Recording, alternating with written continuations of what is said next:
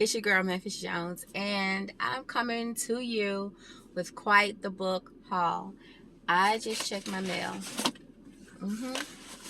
I got all kind of good stuff for you.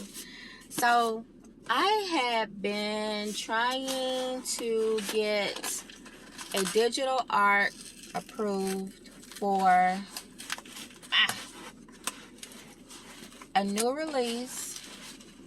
This particular author I've seen quite a bit on the booktube universe because of one of her other really popular books. And the title of this book makes me think of Frankie Beverly and Maze. And right now, for the life of me, I'm drawing a blank. But I want to say, Jesus, if you were mine, or... Anyway, the name of this author is Eddy Ryan. And... honey, her newest book is so nice. It's so nice. Real. And a chunker juice at that. So I was able to order a copy from Mahogany Books. And I'm looking through because it was supposed to have a plate. This thing ain't got nothing in it. So yeah, I'm gonna have to give a call to Mahogany Books because yeah. Anyway, Eddy Ryan's Real. That's what I got. I'm excited to read that next year. It's on my TBR for the new year. I'm probably gonna hold that one until the spring.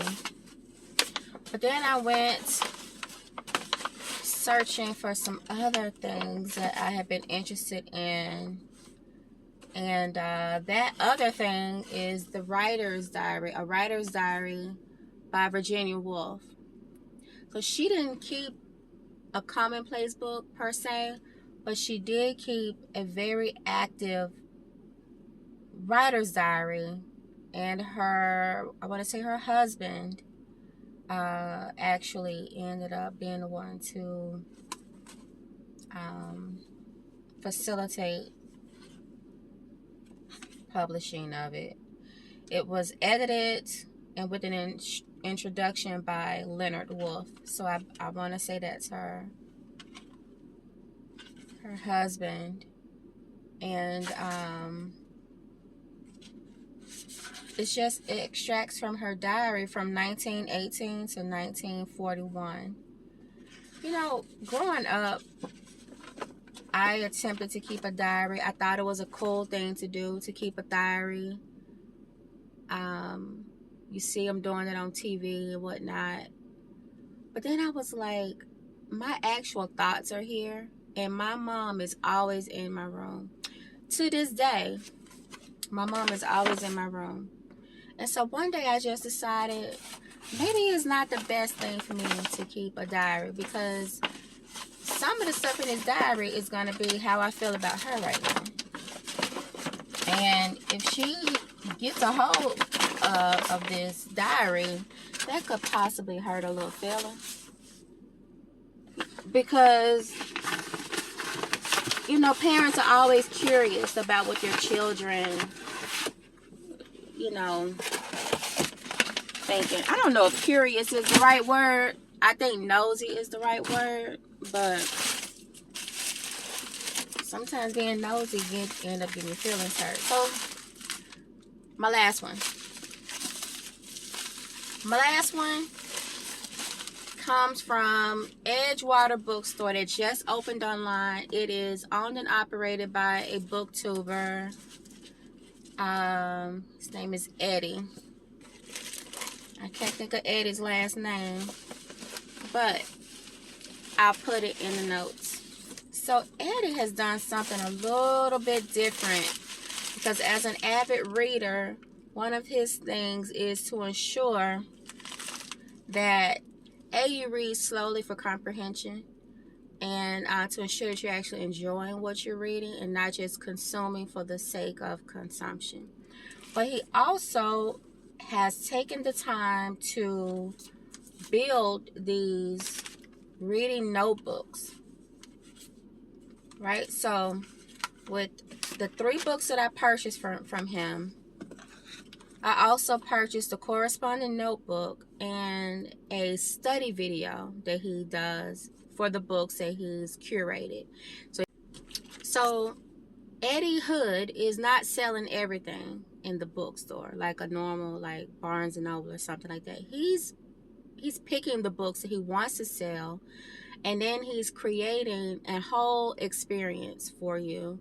So while you can just buy the book that he posts on his website, you could also buy these bundles, which, like this bundle. So I have the narrative of the life of Frederick Douglass, an American slave, but then I also get the corresponding notebook, and I've gotten the video. Here's the thing about the notebook. It's a full study guide. Okay, so you have study guide with title, author, publisher, date published, and then why I'm reading this book. Then you have the notes guide, which gives you a legend here for those of us who like to annotate. And so that helps you to define your colors, but then you also get to define your own colors. So if the way he's defined the legend is not the way you want it, then you define your own color scheme and what they mean for you.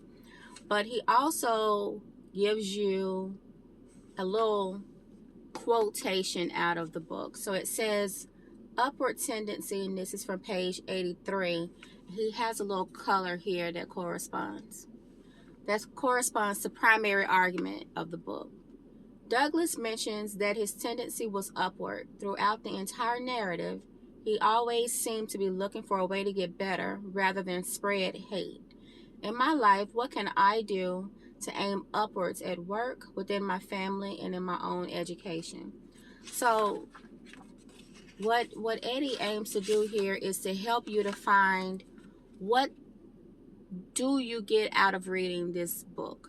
What can you apply to your life based off of the narrative that you're reading? Then he also has a table of contents here where you can label out what you're writing about, and in a kind of a way, and then you have your different book notes that correspond to the page numbers that you're placing here. And at the bottom of each page, you have a page number. And he also puts various quotes at the bottoms of the pages. So, I mean, Eddy is building a whole immersive situation for you. He's got the book notes. Towards the back here, he has an actual study guide with questions for you to, delve deeper. Then he's got a section behind the study guide of just open notes. Just, what are you feeling? What are you feeling about it? What are you thinking? And lastly, he's got main lessons, and he's got, five sections here for main lessons. So this is extremely immersive. This is putting you from being just a passive reader to an interactive learner. And with that, I've gotten the Frederick Douglass bundle, because again, the bundle also comes with a video from Eddy where he discusses, you know, the video, I mean the text that you're reading. And I got Virginia Woolf, see, A Room of One's Own, and this is the study guide here for that one. And in this particular one, he puts, if Shakespeare had a sister, that's what he's pulling up as his primary argument from Miss Virginia Woolf. Woolf poses the thought experiment: what would have happened had Shakespeare had an equally gifted sister? Her work and talent would have been suffocated. As a woman in the 16th century, she would have been mocked. It's vital that all voices have creative opportunities. It's vital that all voices have creative opportunities. Some of us work so hard that we miss having a creative outlet, and we don't recognize that that creative outlet is the way that we get through the harder times, you know. And it doesn't have to be anything extravagant. You know, it could be watercolors. It could be a coloring book and color pencils. Just something where you can go from being in these, you know, structured mindsets to coloring outside the lines. And then the last book that I got here was The Master and Margarita. And that cover is beautiful, by the way. That's the 50th anniversary cover. That cover is beautiful, guys. I am so in love with this cover.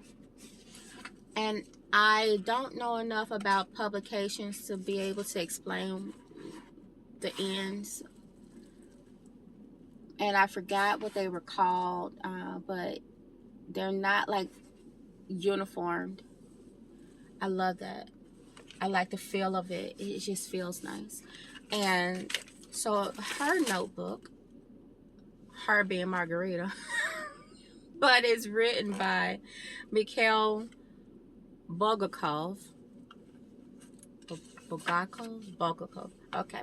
Margarita's, so the major plot point is what he's listed here versus an argument. Major plot point.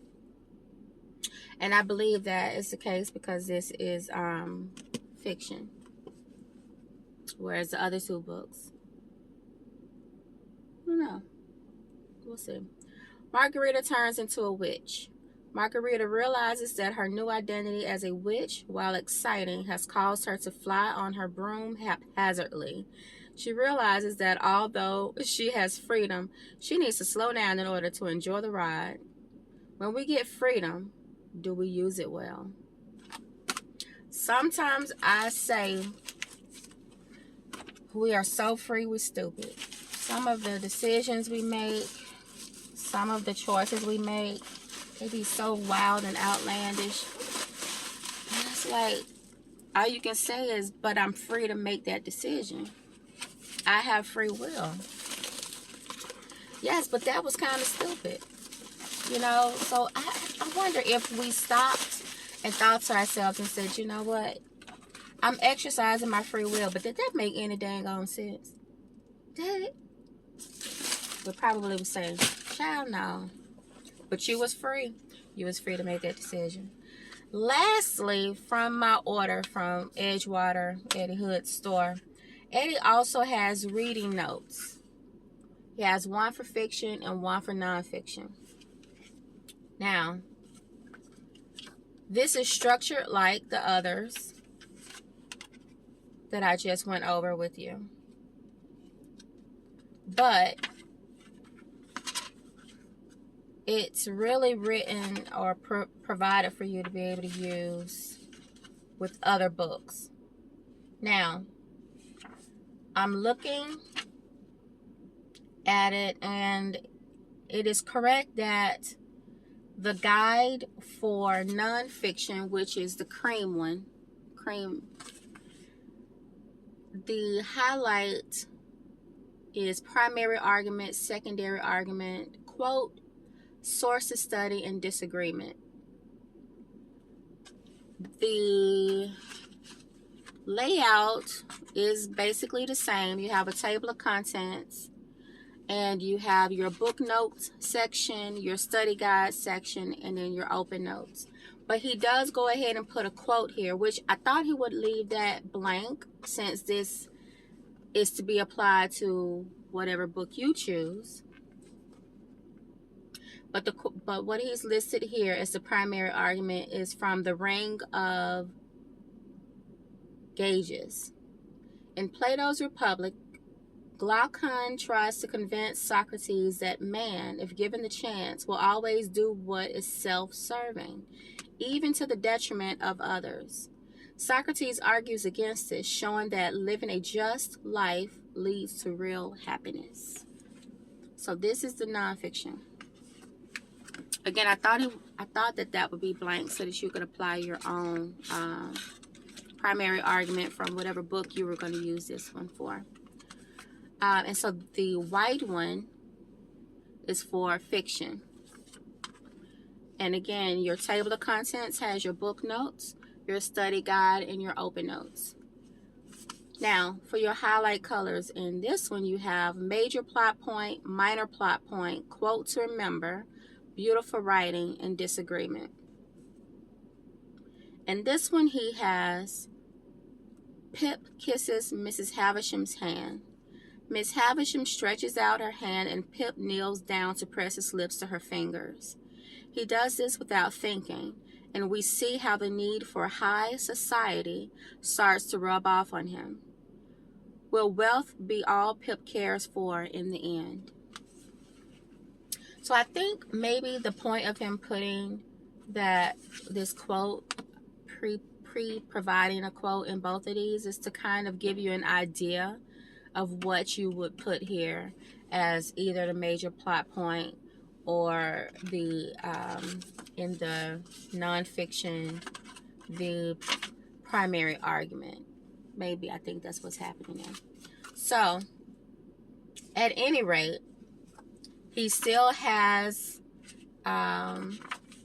notes on the bottoms of each of your pages, and that's giving you instruction. That's giving you a template to go by for your thoughts. Write down questions that arise as you read. Identify any biases you or the author have. Who or what is the antagonist? Consider the protagonist's main desire. So he's helping you to get better at reading for the sake of fully understanding. In the nonfiction, right? So the notes at the bottom here, highlight key ideas, not entire paragraphs. Create a list of key terms and their definitions. Write down questions that arise as you read. So he's giving you a boilerplate here with the fiction and nonfiction notebooks. I love this concept. I think it helps us to have a better understanding of what we're reading, to consume with purpose.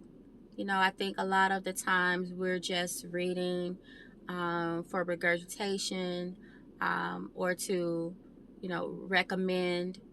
But some books that we read, we need to read them deeper because we need to actually apply some tools to our lives. And I think that is why Eddy has chosen specifically what he wants to sell based off of the application to life. What can these particular books impart upon the reader going forward? And I think that is the concept that he has perfected with the choices of books that he is using or selling in his store, and the work that he's done with the notebooks and the actual training videos that you can get with the bundles. Yes, you can buy all of these things separately. You could do, if you already have a particular book that he's selling and you just want to get his little master class, then you just get the master class. You don't want any of those, but you want the notebook so that you can, say you're doing a reread of a book. You've already read a book, but you want to go back around and read it again with a different set of eyes, which is what I plan to do with the story of Henrietta Lacks, I plan to use the nonfiction notebook to have a better reading on my second read of the story of her life and the use of her cancer cells in science to further science. And you know, what are the rules and the laws that relegate what happens to pieces and parts of us when we go to the doctor, you know? So there are reasons to buy these elements separately, and there are certainly reasons to buy the elements as part of the bundle. Not least the fact that you will get a discount when you buy things in bundles. So I'm going to list the store information in the comments for each of the three packages that I've received today. But primarily, Eddy Hood is a fellow booktuber here on YouTube, and I would love for you guys to support his efforts because I think that they are greatly appreciated and warranted for the work that we do here on this platform. All right, so I hope you guys have an outstanding rest of your day, and I'll see you soon with something new. Until then, be blessed, be safe, be vigilant, and keep reading. All right, bye.